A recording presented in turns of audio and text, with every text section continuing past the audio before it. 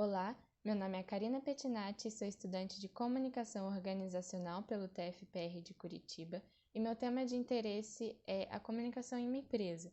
Foi assim que eu escolhi o artigo A Percepção dos Profissionais de Recursos Humanos sobre a Comunicação Interna em Processos de Combinação de Empresas, publicado na revista de Carreiras e Pessoas, abreviado para RECAP, e escrito por João Magalhães, Alberto Belloni e Marcos Aurélio Araújo. O termo combinação foi usado para descrever as alternativas de configuração organizacional. Temos alguns outros exemplos, como a aquisição ou então as alianças, aquelas também de cunho comercial. Para isso, as ações de direção precisam legitimar os processos e, assim, facilitar as negociações. E também é de suma importância que seus colaboradores tenham interesse em internalizar a mudança para assim conduzir as atividades com integração. O artigo retrata a junção de dois bancos, A e B, que resultou na organização X, para poder analisar a efetivação das estratégias de crescimento da empresa e tendo como foco a comunicação interna,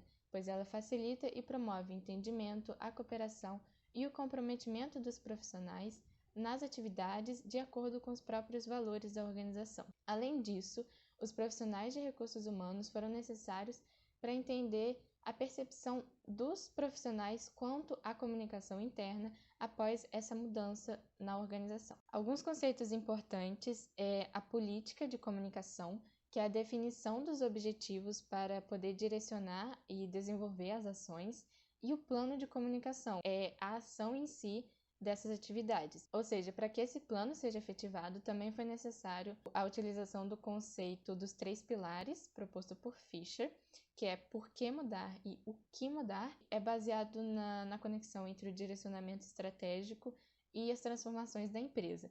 E o como mudar, que é o trabalho da gestão de pessoas em fazer os funcionários entenderem as atividades e as mudanças que estão ocorrendo na empresa. Além disso, esses direcionamentos são usados para minimizar os conflitos eventuais causados por estresse ou preocupação dos funcionários em algumas atividades. Além disso, o sociólogo francês Dominique Volton, ele diz que as pessoas precisam compreender os propósitos e se identificar com as atividades da empresa para que o trabalho possa fluir, de acordo com as metas estabelecidas. Além disso, outro fator que influencia também nos resultados é o tipo de comunicação. Ou seja, temos a formal, que são em reuniões, ela concretiza os objetivos da empresa, e a informal, que é a relação entre os funcionários em si, ela reforça o lado construtivo, então promove respostas mais rápidas nas atividades. Outra coisa muito importante, a organização é como uma mini sociedade, ela é um tipo de grupo social. Então, ela tem sua própria cultura, e isso influencia muito nos trabalhos e nas atividades que os profissionais possam realizar. A cultura organizacional também influencia nos tipos do fluxo da comunicação. Então, para que as informações sejam bem transmitidas e bem vistas, aceitando também as críticas e as opiniões dos funcionários, é preciso que ela seja o mais igualitária possível. Temos, então, a descendente, que é da alta direção para os demais funcionários, a ascendente, que é dos funcionários para a alta direção, a horizontal, que é entre áreas equivalentes, a transversal, que é entre diferentes áreas, e a circular, que é mais conhecida como feedback 360, que é quando a informação passa por todas as áreas da empresa. A metodologia usada, ela é baseada no tipo survey, que significa levantamento em inglês. São aquelas perguntas fechadas de sim ou não, e com um espaço final para comentários. E ela também é classificada como exploratória, pois ela permite análises mais amplas e mais versáteis, principalmente por causa desses comentários finais.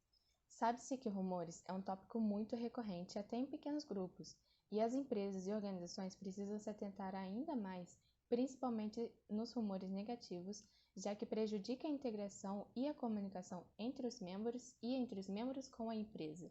Por isso, a comunicação precisa ser clara e direta.